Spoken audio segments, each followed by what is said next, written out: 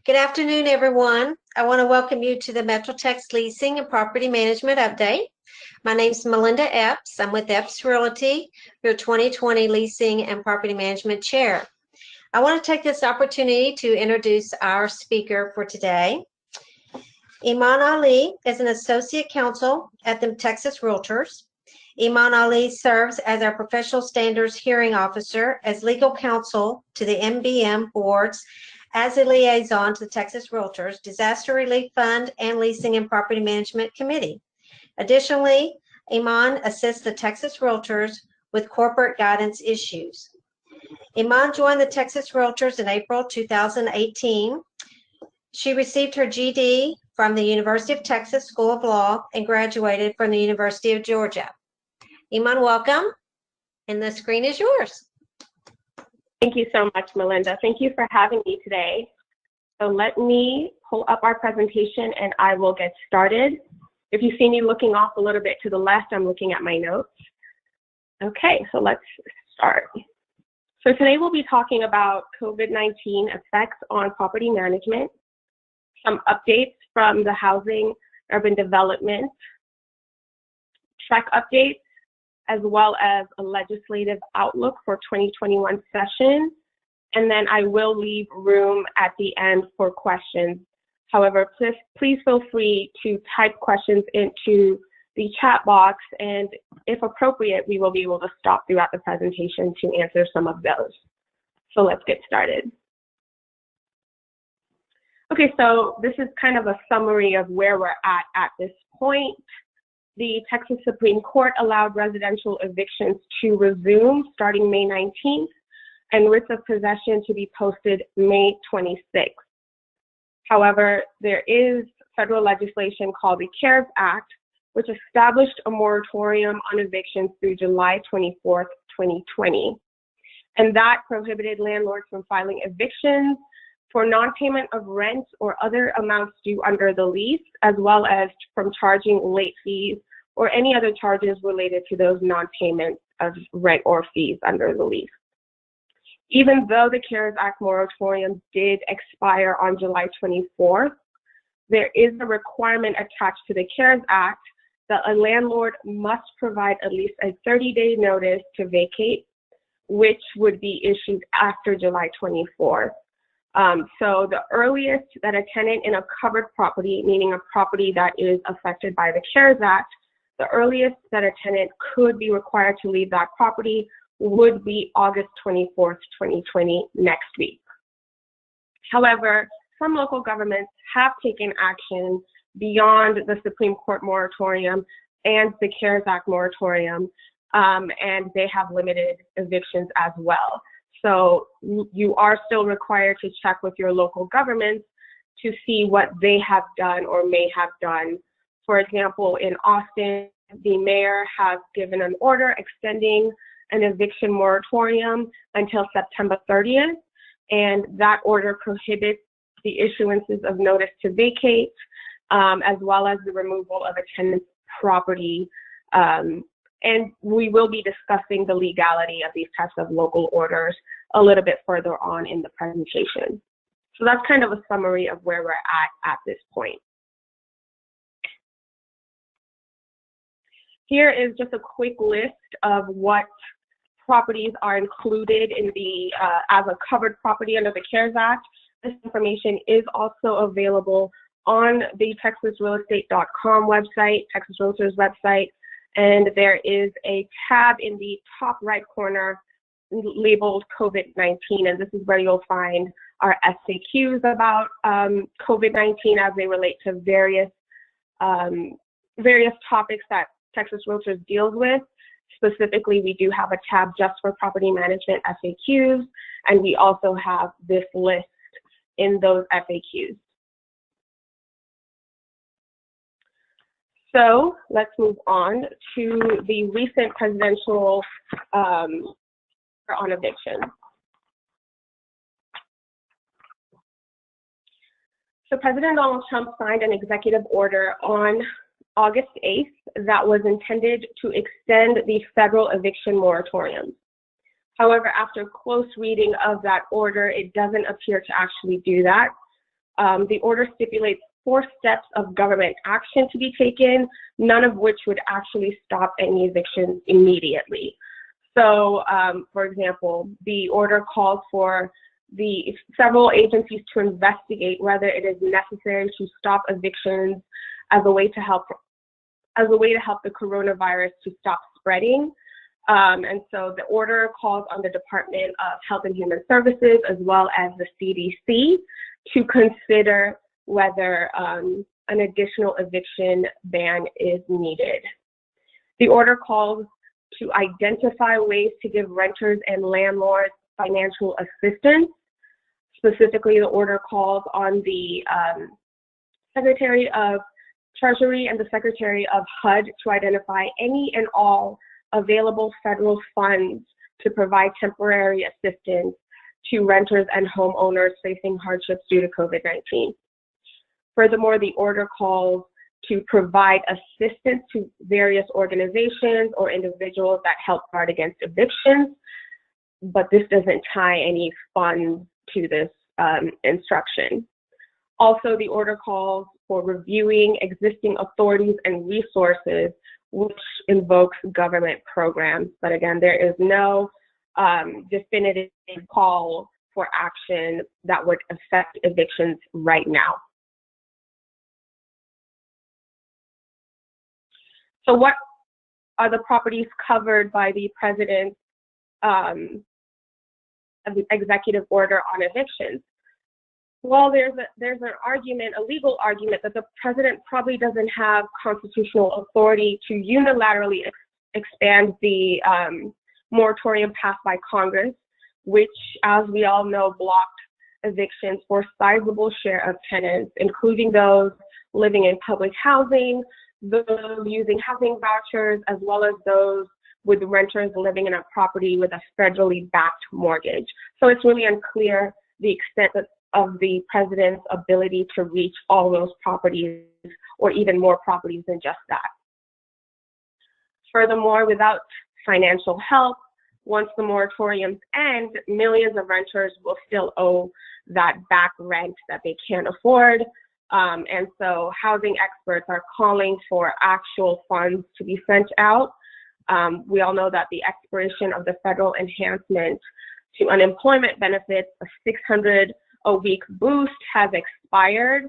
And so statistics are looking at about 19 million to about 23 million, 1 in about 5 renters being at risk for eviction by the end of next month. And that is by analysis by the Aspen Institute.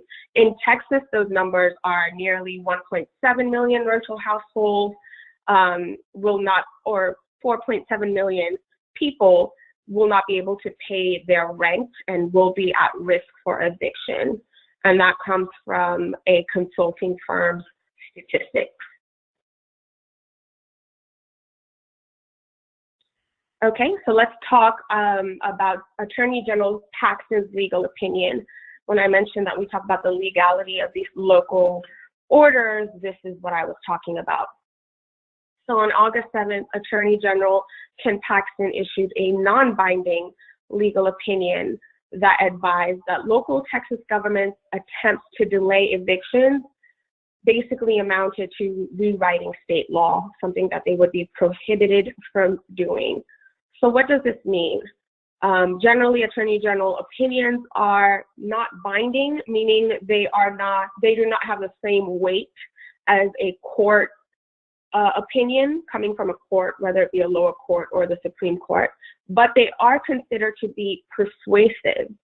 So this issue really has to go before a judge for us to see where it's going to fall. At this point, it's not clear if local governments are going to abide by the opinion, and I'll get into that in a second. Furthermore, Paxton's opinion did not address the authority of the Supreme Court, which, as we know, halted evictions for 2 months beginning March. So that question still remains, if the Supreme Court does institute another moratorium, what would that authority look like? So what have been some responses to that legal opinion by Attorney General Paxton?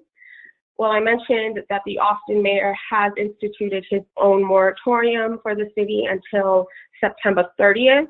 And Austin Mayor Adler's response was that his order is intended to give 60 days notice before eviction proceedings can begin, and that his order remains legal because it did not amend state eviction procedures, and the aim instead is to reduce person-to-person contact. Hector Nieto, a spokesperson for the Travis County Court, has said that the officials are reviewing the opinion, and that is because a local county judge here in Austin has basically also instituted the moratorium until September 30th, matching Mayor Adler's order. So those two are both saying that there will be no evictions until September 30th. And so both of them are reviewing Attorney General Paxton's opinion, but no action has been taken thus far, and it probably will have to go to a court before any real decision is made on the legality of local governments to step in here and put in their own moratoriums. Okay, so what about new legislation or pending federal legislation? What would that look like? Well, we know that the president signed his executive order after negotiations for another stimulus package between the House and Senate hit a dead end. So what was on the House side was the HEROES Act passed by the House in May, and it includes about $175 billion in rent and mortgage assistance, and they would institute another federal eviction moratorium for 12 months, and this would affect all rental housing, not those that are federally subsidized. Furthermore, the proposal includes funds to be made available to homeowners specifically to help cover mortgages, utility payments, property taxes, etc. On the other side, in the Senate, Senator Richard Shelby introduced the Coronavirus Response Additional Supplemental Appropriations Act as part of the GOP's HEALS Act proposal. Shelby's bill includes significantly less money than the housing bill, and it provides $3.2 billion and would only be used for tenant-based rental assistance. And Shelby's bill did not include any language about extending or implementing a new eviction moratorium. However, both the House and Senate are currently on recess until after Labor Day, so it doesn't look like there's going to be movement at least for a couple more weeks. There have been some reports that both parties are interested in resuming discussions, but again, there has been no definitive action taken on that end. And I just wanted to take a second to go over the forms that Texas Realtors is providing to deal with COVID. So we have the model certification, COVID-19 certification for rental property access. And this allows a tenant and landlord or other service providers to kind of give each other peace of mind by certifying that to the best of everyone's knowledge who's signing that form, neither they, no members of their household or persons that they work closely with have had COVID recently, or that they've had exposure to COVID. And these are all voluntary use forms. None of these are mandatory. The COVID-19 lease payment plan agreement allows a tenant and landlord to enter into a payment plan upon showing of hardship due to COVID-19. That's similar to the commercial lease forbearance agreement. That's just dealing with commercial properties. And then the information for tenants and landlords concerning the lease and COVID-19. Both of these forms are informational flyers to help your tenants and landlords kind of understand how COVID-19 affects their leases and rental properties. So these again can be found at our texasrealestate.com website, top right corner, COVID-19 tab, and the forms will be there. So before we move on to our HUD discussion with our HUD updates, Are there any questions on COVID-19 and property management?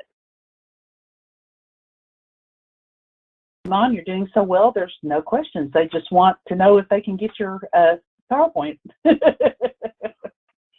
Yes, I will. I think, Kathy, you have a copy, so feel very free to share the PowerPoint. Yes, ma'am. Okay, into our HUD updates. There are a few of these, so let's go right ahead. Okay, our hot topic of hot topics, assistance animals. So HUD, I guess, has been hearing all the concerns about the way that the assistance animals are being presented to landlords and property managers. So hopefully this will give you a little bit more clarity on what the new guidance says. So HUD updated its Fair Housing Act guidelines regarding assistance animals earlier this year. And the guidance is divided in two parts. So we'll first talk about that first part. And that focuses on assessing an individual's reasonable accommodation request for an assistance animal. The term assistance animal encompasses both a service animal and a support animal. So a service animal is defined by the Americans with Disabilities Act as a dog that is individually trained to do work or perform tasks for the benefit of an individual with a disability. So service animal is always going to be a dog. A support animal, on the other hand, is used by the Fair Housing Act, and that relates to a trained or untrained animal that does work, performs tasks, provides assistance and or therapeutic emotional support for an individual with a disability. So the assistance animals term is combining both of these. When we say assistance animal, we are referring both to service animals, which comes from the Americans with Disabilities Act, and support animals, which comes from the Fair Housing Act. So to facilitate a housing provider's assessment of a reasonable accommodation request, the guidance establishes a decision tree that can be used for analyzing the request, both for the individual with the disability, both for individuals with an observable disability and a non-observable disability, meaning, for example, a blind person who you can clearly tell has a disability versus somebody who it's not clear based on just looking or speaking to them. So here we go. Here's the meat of the discussion, I'm sure. HUD does acknowledge the practice of some websites that sell certification, registrations, and licensing documents for assistance animals to anyone who can answer a few questions or participates in a short survey interview and pays a fee. So HUD is acknowledging that that's happening. And the response is that that kind of documentation is not by itself sufficient to reliably establish that an individual has a non-observable disability or disability-related need. So they are tackling this issue. However, HUD also acknowledges that they are legitimate licensed healthcare professionals that deliver services over the internet, especially right now during COVID. That is, telehealth medicine is definitely on the rise.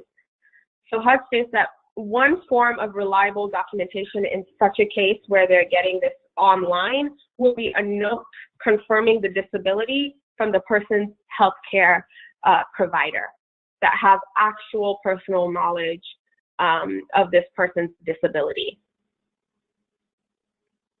HUD also addresses the types of animals that may serve as a support animal. So again, support animal is not limited to dogs only. For an animal to be eligible for consideration as a support animal, it must be one that is commonly kept in homes. So those include a dog, cat, a small bird, rabbit, hamster, gerbil, rodent, fish, turtle, or some kind of other small domesticated animal. HUD does not foreclose the possibility that they could be some unique animals that may be kept as a support animal, but in these situations, HUD is placing the burden on the individual requesting the accommodation to demonstrate a disability-related therapeutic need for that specific unique animal. So in this case, if they are presenting you with a reasonable accommodation request and it's, I don't know, a snake maybe, even though maybe some would argue that snakes could be domesticated animals. I don't know what weird animal could be. Let me think. I don't even know, a giraffe, I don't know. If they are presenting such a unique animal, it is on them to also present you with information that shows how this animal is giving disability-related therapeutic help to them specifically, whereas they couldn't use a more domesticated support animal. Okay. So let's talk about the second portion of that guidance. The second portion of the guidance focuses on providing best practices with respect to documentation for both ends, for individuals who are requesting the accommodation as well as the recipient of these reasonable accommodation requests. It's kind of telling you the best way to handle this. It is both, let's see, it is intended to help both housing providers and individuals with the type of information that they should ask from a healthcare provider. So it's trying to really get to the meat of what should be handed between the two parties here. Specifically, the guidance states that the healthcare professional should use personal knowledge of the individual and provide such information as whether the individual has a physical or mental impairment that does any one of these things listed here, whether it limits a major life activity or bodily function, whether the individual needs the animal to provide support that qualifies as a service animal or a support animal, or whether other relevant information, or give other relevant information that focuses on the need for the animal and establishes the healthcare professional's legitimate relationship to the person. Okay, so we might have some questions. Again, I know that's a hot topic. So Kathy, do we have any questions on the assistance animals update? Of course we do. So we do have one question. Well, and Sherry Godot says you can think of a peacock as an odd animal. Right, there we go. And then I do have, what questions can property managers ask to validate that the assisted animal, or that the assisted animal certificate? Let me read that again. Yes, please. What questions can property managers ask to validate that the assisted animal certificate? That's the question. To validate the certificate. Right. So you would be asking for that healthcare professional who provided that certificate to provide other reliable documentation confirming that person's disability, and that healthcare individual that provided that certification has knowledge of that individual's disability. So you can't, basically HUD is trying to get away from me just jumping on a website, this person on the other hand having no connection to me, have never treated me, seen me, and they can give me a certificate. HUD is trying to step away from that by saying whoever's providing these online certifications has to have real knowledge of this person's disability and the related need for this animal. So that's acknowledging that there could be scenarios where, as we enter telehealth more frequently now, where you do have to go online to get this, to get documentation or to discuss an issue like this with your doctor, but that doctor, again, has to have that personalized relationship to be able to give some kind of, to give basically, I mean, a certification here is akin to, a prescription for this animal. So there has to be some kind of knowledge-based information to make that prescription for this animal. Okay, do you have another question? Okay. Are assistance animals to be written into the lease as an occupant? How can we best advise tenant clients who are applying to lease with an emotional support animal that is restricted breed can a person have more than one assistance animal? So I think the first part was how to handle that in a lease. I think that using it as an occupant or listing the animal as an occupant might be the best way to go, because you could use a pet addendum as well, as long as you're not charging any fees associated, because under the Fair Housing Act, these animals are not considered pets. So any pet deposit, any pet fee, that's not allowed. But if it's just listing the animal on there for documentation purposes, so that you know that they don't change the breed later or more animals show up on the property, I think that's fine to use it, to put it in special provisions. That's just an informational item, or list it in the occupancy section of the lease. That's also not a problem.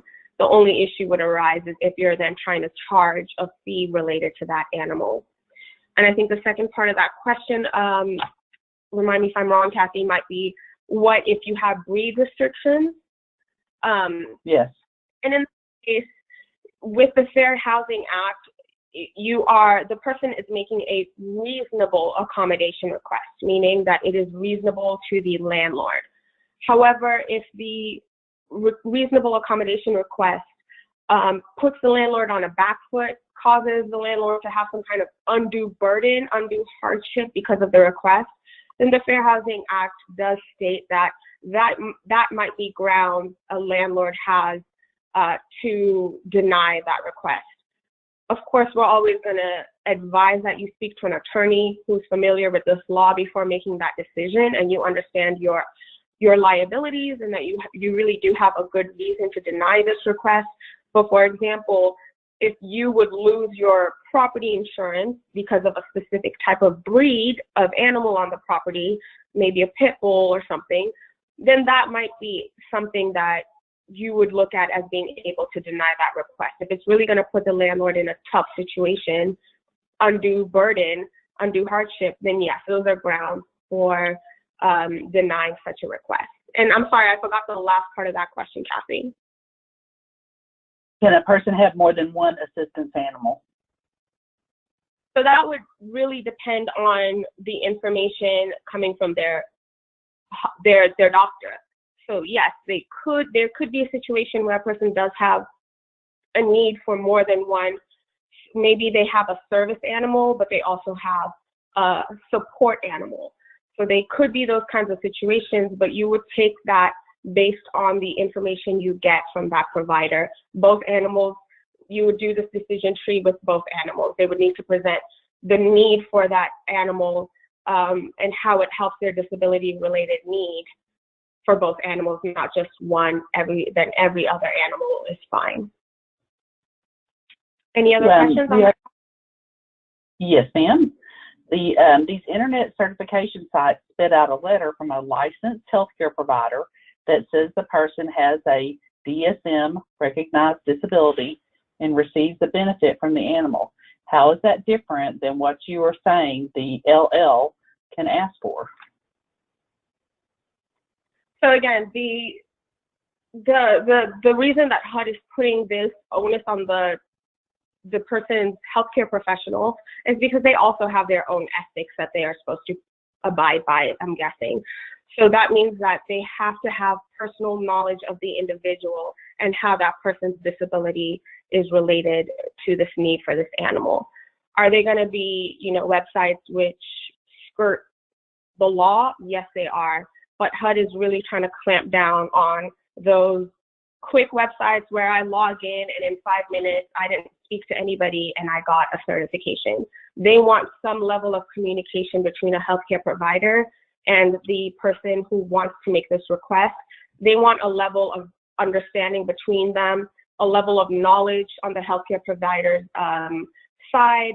And if the person making the request meets all those requirements, then under the FHA, they are allowed to make that reasonable accommodation request. I think we can take one more question, and because this is a very hot topic. How do we know if the documentation is real? I hear a lot about bogus certificates being available online. So right, if they present you something from online, you can ask, you know, did this come from your healthcare provider? Where did this come from? Where is this note from your healthcare provider that this new guidance asks for? I think that there is a level of, if you do have a fear or doubt that this might not be a legit accommodation request, you can do some following up here to get to the bottom of this. And part of the guidance is written in a way to help both parties know what to ask for. So you can also direct this applicant to this guidance and tell them, here is how the Fair Housing Act is asking you to make this accommodation request. You have to abide by it. I have to abide by it. Read through it. Show this to your healthcare professional. And then you on your end, you're doing the same. You're making sure that it's abiding by that decision tree so that you can root out these nefarious websites that just charge a fee and quickly, you know, provide someone with something that is probably not true. There's a few more questions, but I think there's a few more questions, but I think we can come back to them as time allows. Is that okay? Absolutely, yes. I'll try to move through the presentation so that we do have some time at the end for some more questions. Okay, so let's talk about the disparate impact rule. And I'll start with kind of a summary of the old rule. So HUD published the original disparate impact rule in 2013. And that rule allowed a party, most likely a tenant, to bring a claim using the Fair Housing Act if the tenant could show that a certain housing practice had a discriminatory effect on them or on people, even though that there was no discriminatory intent. So under the original rule, a mutual practice could still have a discriminatory effect when it resulted in a disparate impact on a group of persons, or it created or reinforced, perpetuated, segregated housing patterns based on those protected classes being race, color, religion, sex, handicap, familial status, or national origin. So that rule, the old rule kind of had a back and forth that the tenant plaintiff would have to do with the landlord, presumably, that they were suing. So the first step of that was that the tenant be able to show that there is a mutual practice that still has a discriminatory effect. The second step of that back and forth would go to the landlord defendant, who would show that even though this practice might have a discriminatory effect, it's necessary for a legitimate non-discriminatory purpose, and that purpose ultimately could not be fulfilled with another practice that was less discriminatory. The last step of the back and forth then went back to the tenant to show, actually, there is another way that this defendant's purpose could be served by a less discriminatory effect. So that's how the old disparate impact rule worked. In 2019, HUD proposed changes to this rule, and it created a new set of requirements that this tenant would have to establish before even bringing the claim. And it also provided several new defenses to the landlord or defendant in the case. HUD stated that its intent for changing the rule was to make the rule more in line with the Supreme Court case that dealt with the specific issue, that case being TDHCA, the Inclusive Communities Project.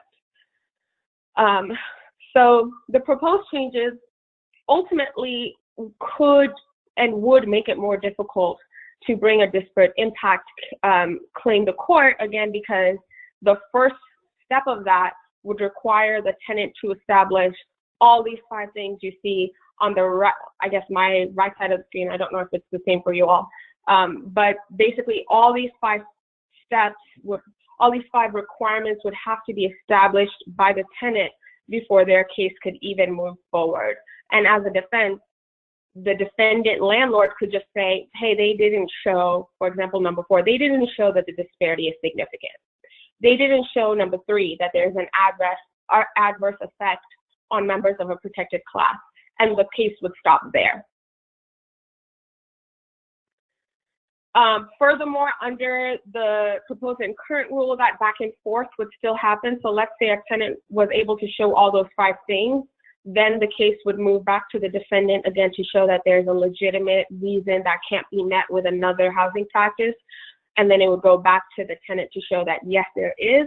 However, the proposed rule now requires that that tenant show that their alternative that they're giving, the alternative now must work just as well as that alleged discriminatory practice, and it must not cost any more or much more on the part of the defendant to put it in. So again, more roadblocks to the tenant and making this a harder lawsuit to win. So the proposed rule currently is pending review. It is in its final stage, and Deputy HUD Secretary Brian Montgomery has reaffirmed HUD's plans to issue a final rule later this year.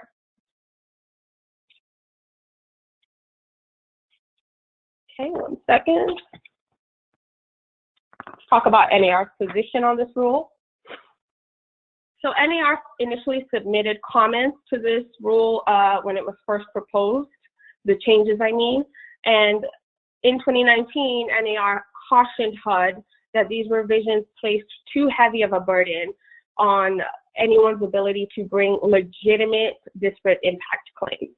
So that was NAR's position in 2019. On July 13th of this year, NAR sent a letter to HUD asking that HUD withdraw its proposed rule altogether. NAR did acknowledge that there are legitimate concerns with the disparate impact rule and its clarity, but they said that now is not the time to issue regulation that could further hinder progress on addressing ongoing systematic racism in our country. However, like I said, HUD has been very clear that they are still intending to publish this proposed rule as the final rule later this year. And other industry leaders, whether it's on the lending side, et cetera, have also sent to HUD similar letters, similar sentiments expressing that they would like HUD to withdraw the rule, but HUD has expressed that they feel comfortable moving forward. Okay, any questions on the disparate impact rule? No questions on that, Iman. All right, let's move forward. Let's jump into the next HUD update. It is the Affirmatively Furthering Fair Housing rule, and this has also been updated this year. The Affirmatively Furthering Fair Housing rule originally went into effect in 2015, and the intended goal was to give HUD program participants, which included states, counties, municipalities, other public housing agencies. It was intended to give them with more effective means to affirmatively further the purposes of the Fair Housing Act, which was published in 1968. So HUD has taken some steps for several years in this arena leading up to where we are now. In 2018, in January, HUD suspended implementation of the AFFH regulation. In May of 2018, HUD asserted that there were significant deficiencies with the assessment tool and therefore just withdrew it altogether. Let's see. In January 2020, HUD published in the Federal Register a rollback of the rule. And ultimately, on January 24th of this year, HUD announced it was revoking the rule altogether and instead replacing it with the Preserving Community and Neighborhood Choice rule. And so this new rule redefines, severely narrows the obligation of the fair housing or of the FFH rule by saying that now taking any action related to promoting any attribute or attributes of fair housing is what will qualify. This change rule also eliminates the assessment process and states that certification of this rule will now be deemed sufficient, providing that this entity took any action during the relevant period that is rationally related to promoting fair housing. So it's much more of a de-escalation of the types of things that the original rule intended and assessed, and it's taking a much more laid back approach to this. On August 16th, so earlier this week, the President and HUD Secretary Ben Carson published an opinion piece in the Wall Street Journal titled "We Will Protect America's Suburbs." And in this opinion, they referenced the administration's departure from the AFFH rule, and they made it clear that the current administration's position is that it is a mistake to put federal government in charge of local decisions, whether it's zoning and planning to schools.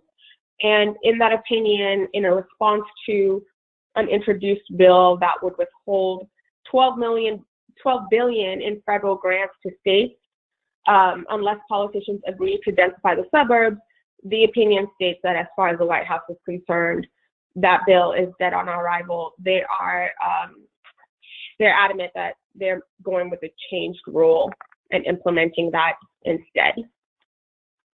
Okay, any questions on the changes to the affirmatively furthering fair housing rule? There are none. All right.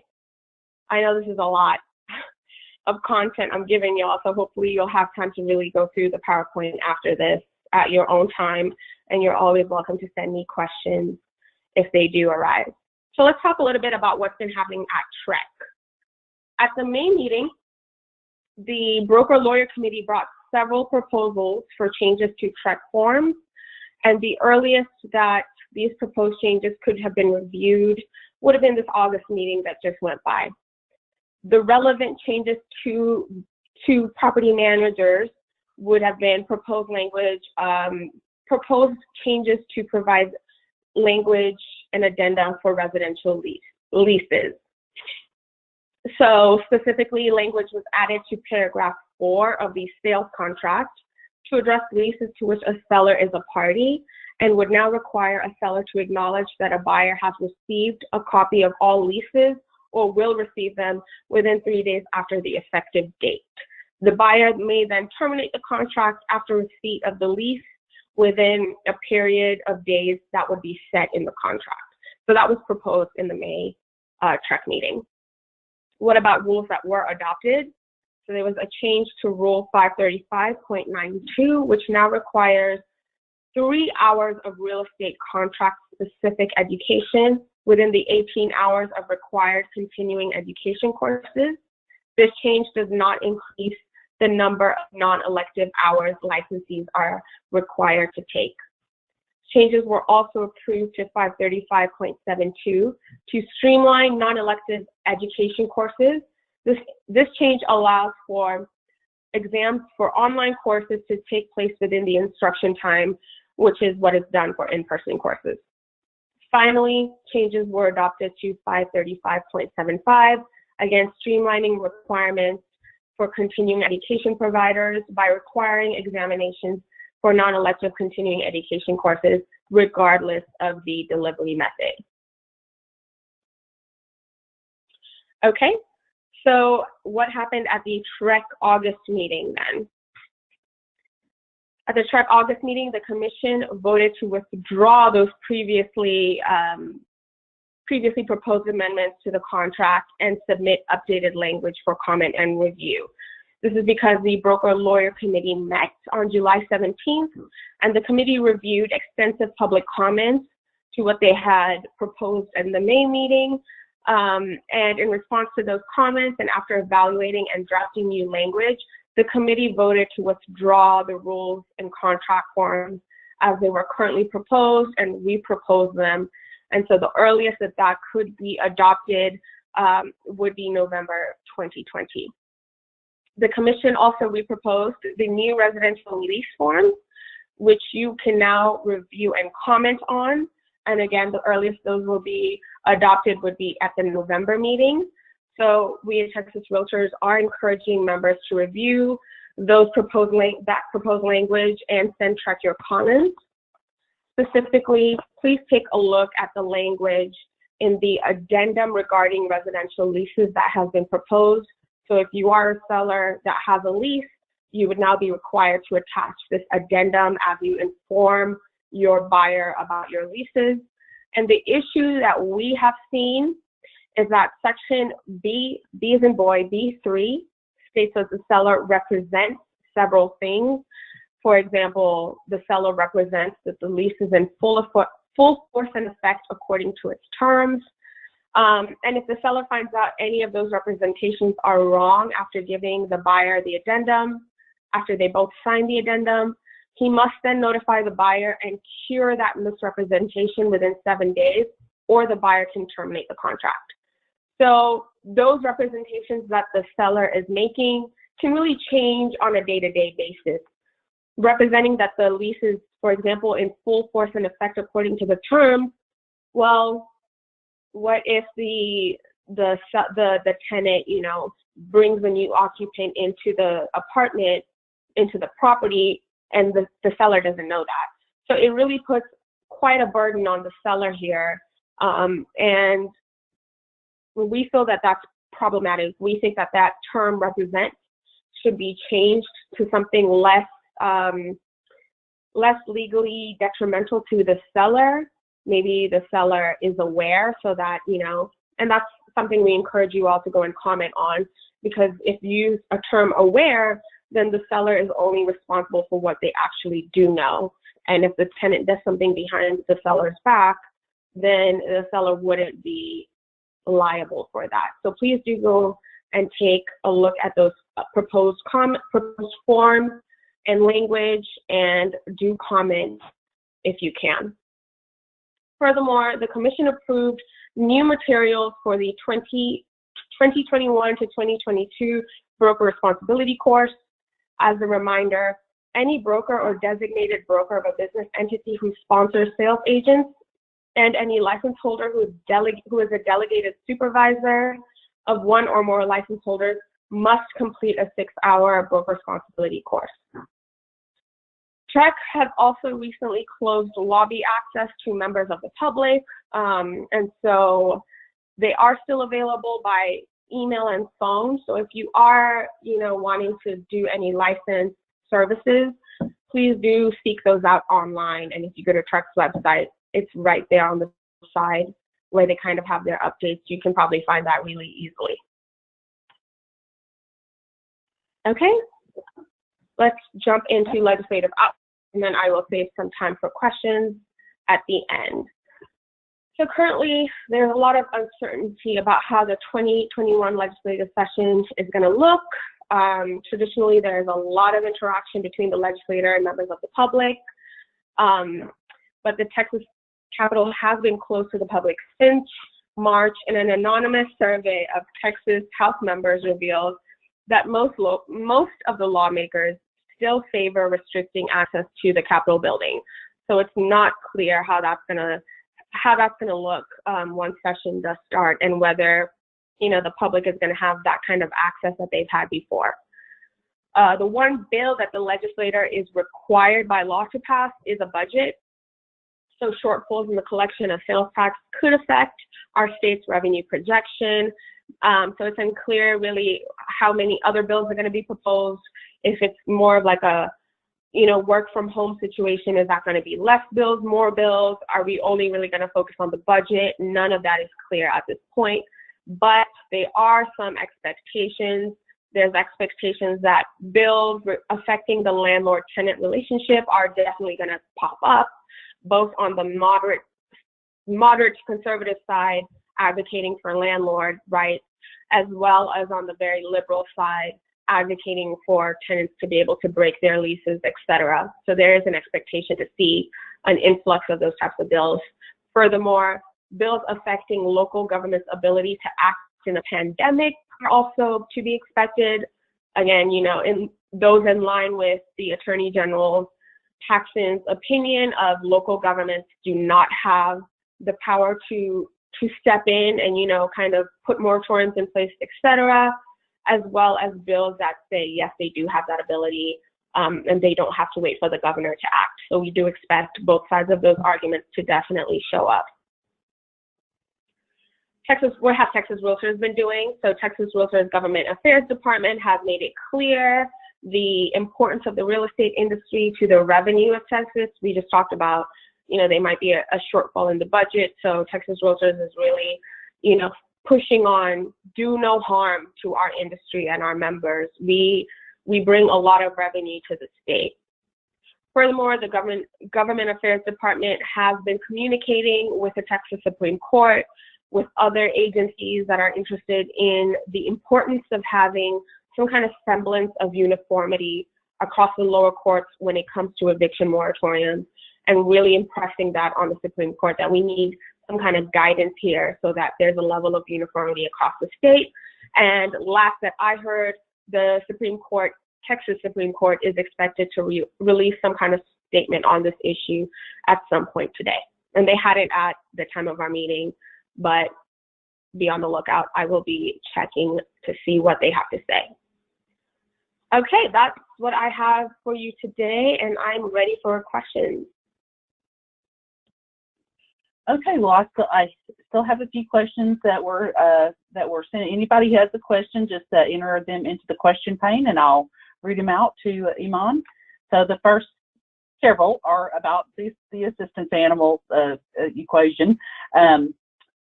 So the question is questioning whether landlords can require a healthcare provider letter even for emotional support animals. So yes, emotional support animals and service animals are both included in the Fair Housing Act. So yes, if the person's disability is not obvious to you, you can ask for that documentation to show what the disability is to a certain point. Of course, you can't ask for medical records, but you can ask what is the disability related need and the connection to that animal and how that animal is going to provide that support to that person. That is acceptable, yes. Okay. And can you turn down a dangerous animal such as a pit bull? So that's, what does dangerous mean?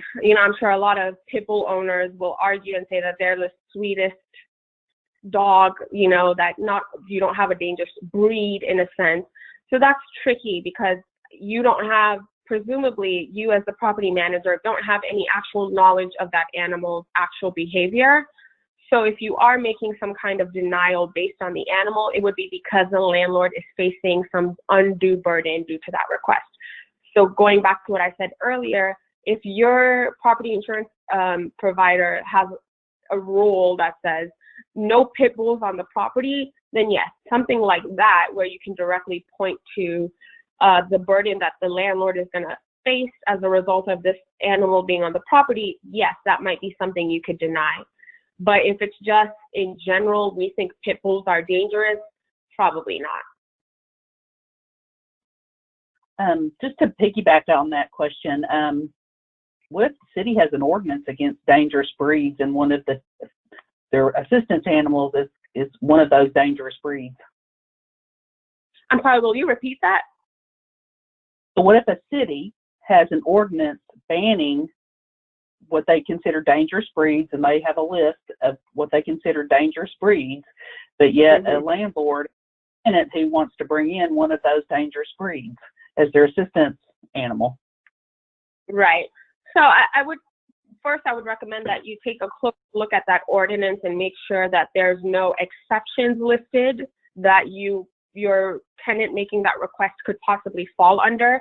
There might be an exception for people with a fair housing reasonable accommodation request. If there is none, then that is something that you could point to state that the landlord would face an undue burden, because essentially if the landlord is accepting this animal on this list, he is violating the city ordinance. So that is something where, yes, if a landlord is going to break a law, lose his property insurance or something like that, that would be a reason he would deny that request. But again, we're always going to recommend you talk to an attorney or you call the office that deals with these alleged violations, and you ask and you try to get an answer from them. Okay. With regard to emotional support animals, how does the law affect short-term rentals? Are they treated more like hotels? So they're short-term rentals have, in a sense, after a 3-month period is when some of the property code requirements for apartments kick in. But in terms of fair housing requests, there isn't any difference between a long-term or short-term rental. All that's required is that a tenant make a reasonable request, a reasonable accommodation request, and that the landlord hear that out and weigh it to make sure he doesn't face an undue burden, and then allow that request. So there really is no, there's no difference in the Fair Housing Act between long-term, short-term rentals. Okay, and one question is, can they ask for documentation on a quarterly basis from a trainer to be sure that it's still acting, the animal is still acting in accordance with the guidelines that it was meant to have?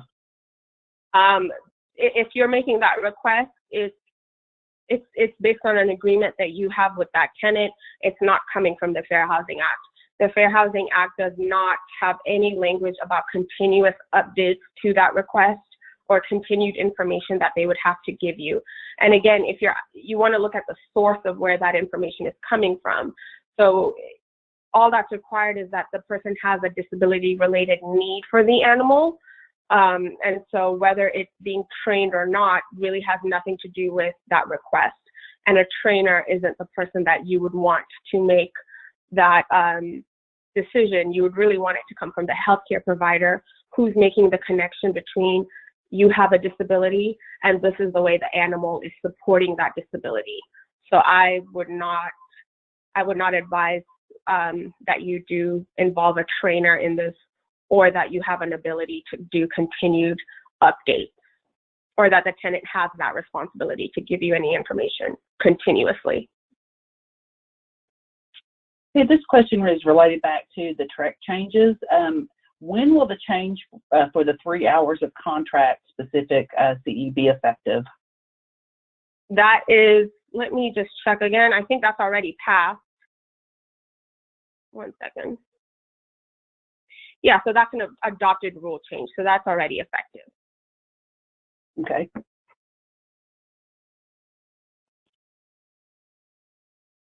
And they want to know where they can find. Oh, I'm sorry, go ahead. I was saying in terms of when that probably will be adopted, it'll probably be adopted at the top of 2021. Okay. Where can we find copies of the proposed changes to make comments? You can find those, and I can answer that if you don't mind. You can find those there's 3 different places that I can think of. The first is on the TREC website, and you can just type in the search proposed form changes.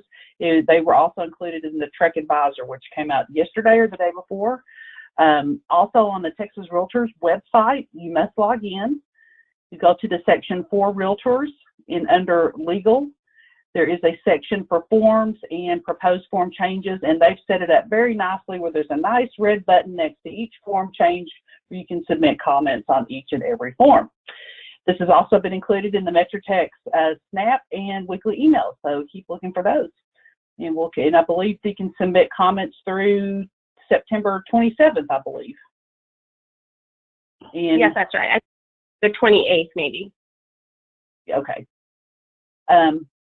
How will we get the slides? We will email these slides to all the pre-registrants of the webinar. I believe we've answered this question. What if the home insurance does not allow that type of dog? I believe you've answered that question. What's the phone number if somebody wants to discuss the service animal situation? Would that be the legal hotline? Yes, it would. That number is, I have it memorized. I give it out a lot. 800-873-9155. And they're pretty awesome. They'll get to you. Our longest wait time is maybe 30 seconds. So definitely feel free to call the hotline. That's a great member benefit as well. Let's see. If an applicant for a leased property provides documentation for supplemental income disability, would additional documentation be necessary if the property manager has not seen the applicant to show if the disability is obvious or not? Kathy, if you wouldn't mind repeating that question, I cut out for a second. And this goes back to the service animals. If an applicant for a leased property provides documentation for supplemental income for VA disability, would additional documentation be necessary if the property manager has not seen the applicant to know if the disability is obvious or not? So if they are presenting you with information that they do have a disability, then that's that. So you don't get to ask for their medical records or what the disability is. Basically, there's several types of documentation you could ask for. You could ask for do you have a disability? How does the animal relate to the disability? How are they going to really support you? So in that case, they may give you that VA information that shows that they are being recognized as having a disability, but you might ask, okay, well, how is this animal supporting that? So in this case, if you haven't seen them, you don't know that they're blind. You know, it might just be as simple as, oh, I'm blind. End of question.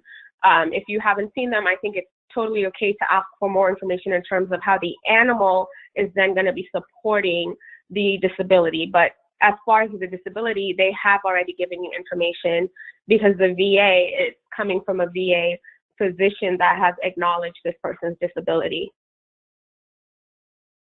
Okay.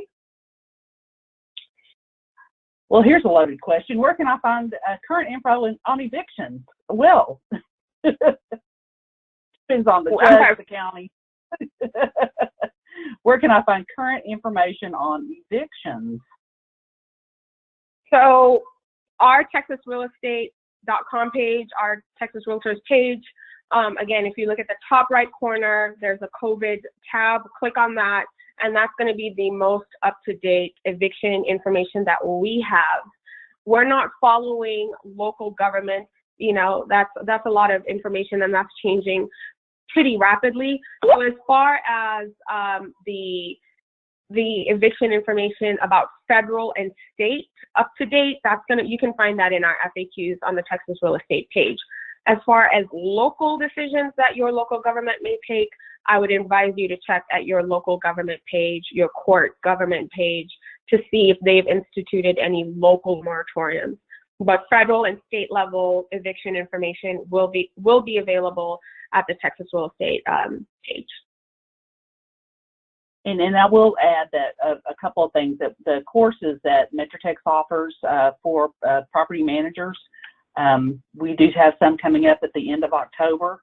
There is a course that discusses specifically evictions, and we are going to have a special guest forum in November with former Judge JP Judge Katie Huebner and Daniel Paz, and they specialize in property management and are very familiar with the eviction issues related to our region. So stay tuned for announcements on when that will be. And I believe this will be one last question. And again, it's about service animals. If the landlord verifies with the insurance company that pit bulls are on the list of a breed that the insurance company won't insure, can the landlord ask the tenant to pay for additional insurance costs to cover their animal? So I think that would be tricky, really, again, because Fair Housing Act does not acknowledge or does not look at these animals as pets or have any associated fees. I should say that if you have an animal in the property and there is damage to the property, that tenant is still responsible for that damage at the end of the lease. So really the answer you would be giving that tenant is we cannot, we can't accept your reasonable accommodation request because of this undue burden that the landlord would fall under. I think asking, of course you're going to make the best decision for you and your client, and you should do so with legal advice. But I do think you murky the waters a little bit when you start accepting payment for that animal, because really what you're saying is, I will lose my property insurance if I allow this animal on the property, But then on the back end, you're saying, well, wink, wink, if you do pay me a little bit under the table, we'll allow it. So I think you murky the waters there if you do accept payment for a reason you said you would have an undue burden for, if that makes sense. That's all the questions. Melinda, we're going to turn it back over to you. Thank you. And I just wanted to thank everyone for attending today. Thank you so much for joining us. And I want to thank our speaker for her great information today. And MetroTex also thanks you for your time today too.